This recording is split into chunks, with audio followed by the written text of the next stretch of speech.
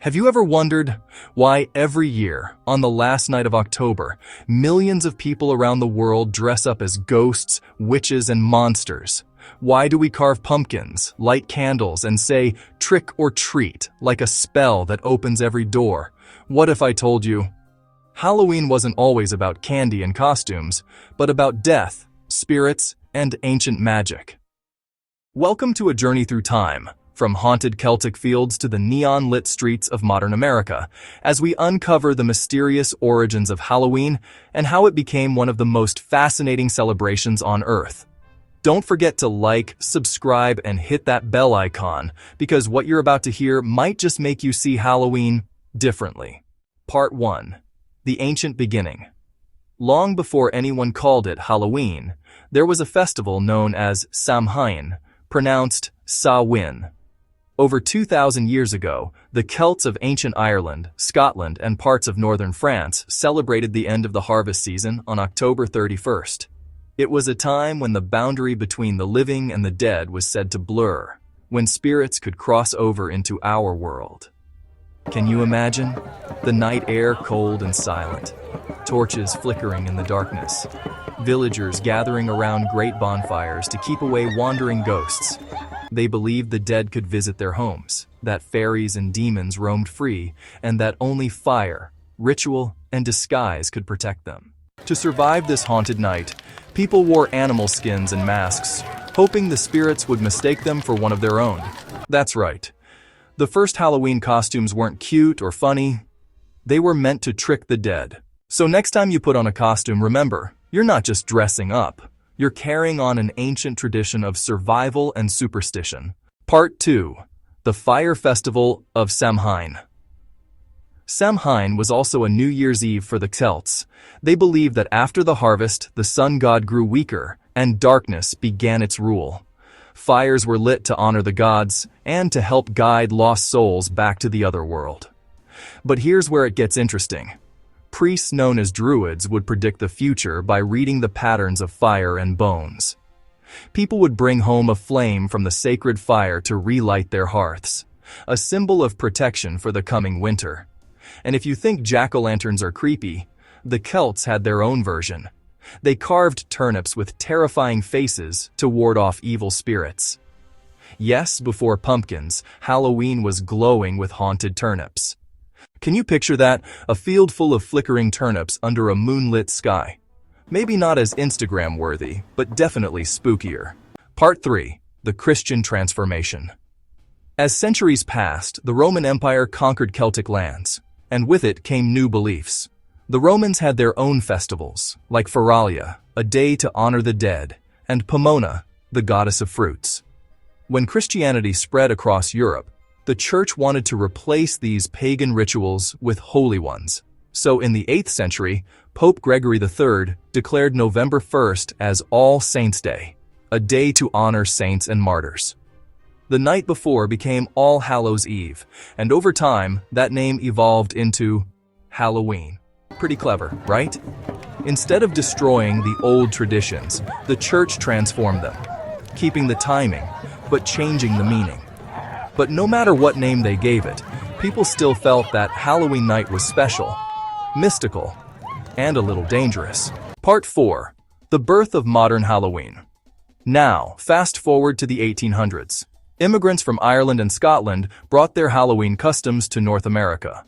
But this time, things got a little sweeter. Pumpkins, native to the New World, replaced turnips. And that's how we got the modern jack-o'-lantern. Communities began holding parties, games, and costume parades instead of just spooky rituals.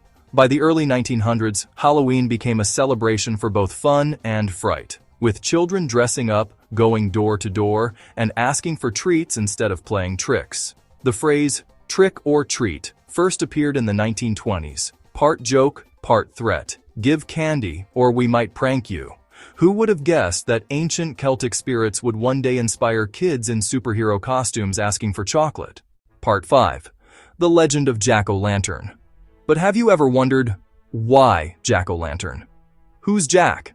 Well, legend says there was once a man named Stingy Jack, a clever but greedy trickster who even fooled the devil himself. When Jack died, Heaven didn't want him, and hell refused him too, so the devil gave him a single burning coal to light his way through the darkness. Jack placed the coal inside a hollowed-out turnip and began to wander the earth, forever. From that night on, people carved faces into vegetables and lit candles inside, hoping to scare away Jack of the Lantern.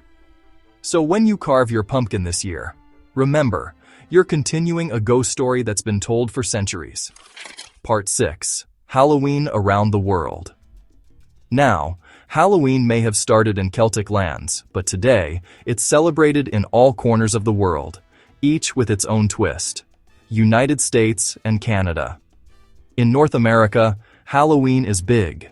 Streets glow with jack-o'-lanterns, houses turn into haunted mansions, and kids roam in costumes from superheroes to zombies. It's also a billion-dollar industry. Candy, decorations, parties, horror movies, even pet costumes.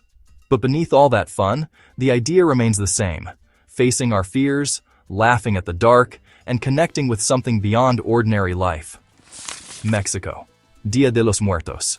In Mexico, around the same time, there's Dia de los Muertos, the Day of the Dead. It's not about fear, but love. Families build colorful altars, decorate graves with marigolds, and share food with the spirits of their ancestors. Imagine skull-shaped candies, dancing skeletons, and bright parades. Death turned into a joyful reunion. Japan. Obon Festival. In Japan, there's the Obon Festival, where people honor their ancestors with lanterns and dances.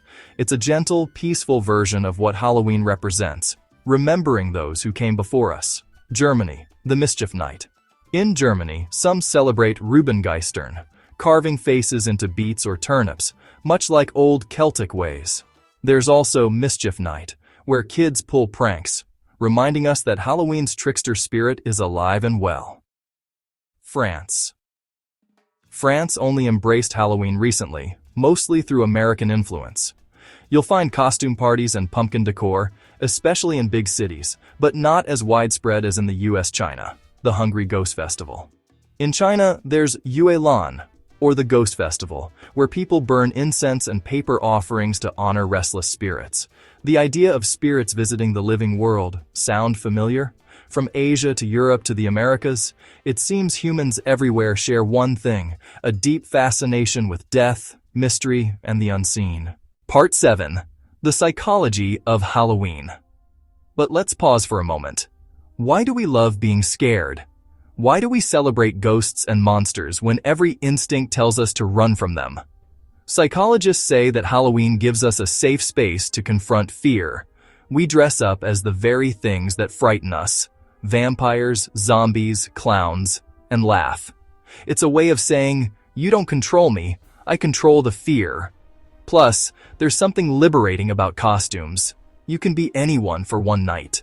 A hero, a villain, a legend. Maybe that's why Halloween never gets old. It's a celebration of identity, imagination, and a little chaos. Part 8. Halloween in Pop Culture. Of course, no story about Halloween is complete without talking about how it took over pop culture. From horror classics like Halloween, 1978, and Hocus Pocus, to family favorites like The Nightmare Before Christmas, every generation has its own spooky icons. Even TV shows, from The Simpsons' Treehouse of Horror to Stranger Things, keep the Halloween spirit alive. And let's not forget the music. Thriller by Michael Jackson might as well be the unofficial Halloween anthem. So whether it's through movies, music, or memes, Halloween has become more than a night. It's a global mood. Part 9. Modern Myths and Urban Legends. But with every generation, new legends rise. Ever heard of razor blades and candy? Or haunted houses that drive people insane?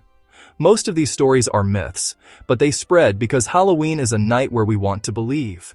It's the one time of year when our logical brain takes a back seat and the imagination runs wild. We want to feel the thrill of the unknown, just enough to get goosebumps, but not enough to run away. And maybe that's the real magic of Halloween. It gives the impossible a place to exist. Part 10. The Spirit of Halloween Today. Today, Halloween is celebrated by more than 100 countries. It's in schools, offices, malls, and of course, online.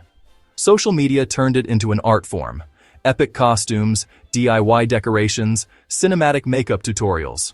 But beyond the filters and hashtags, Halloween still carries that ancient whisper, the connection between life and death, light and shadow, fear and fun.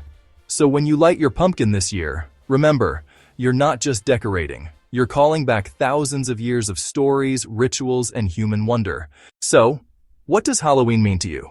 Is it about the candy, the costumes, or something deeper? That mysterious thrill that wakes up once a year?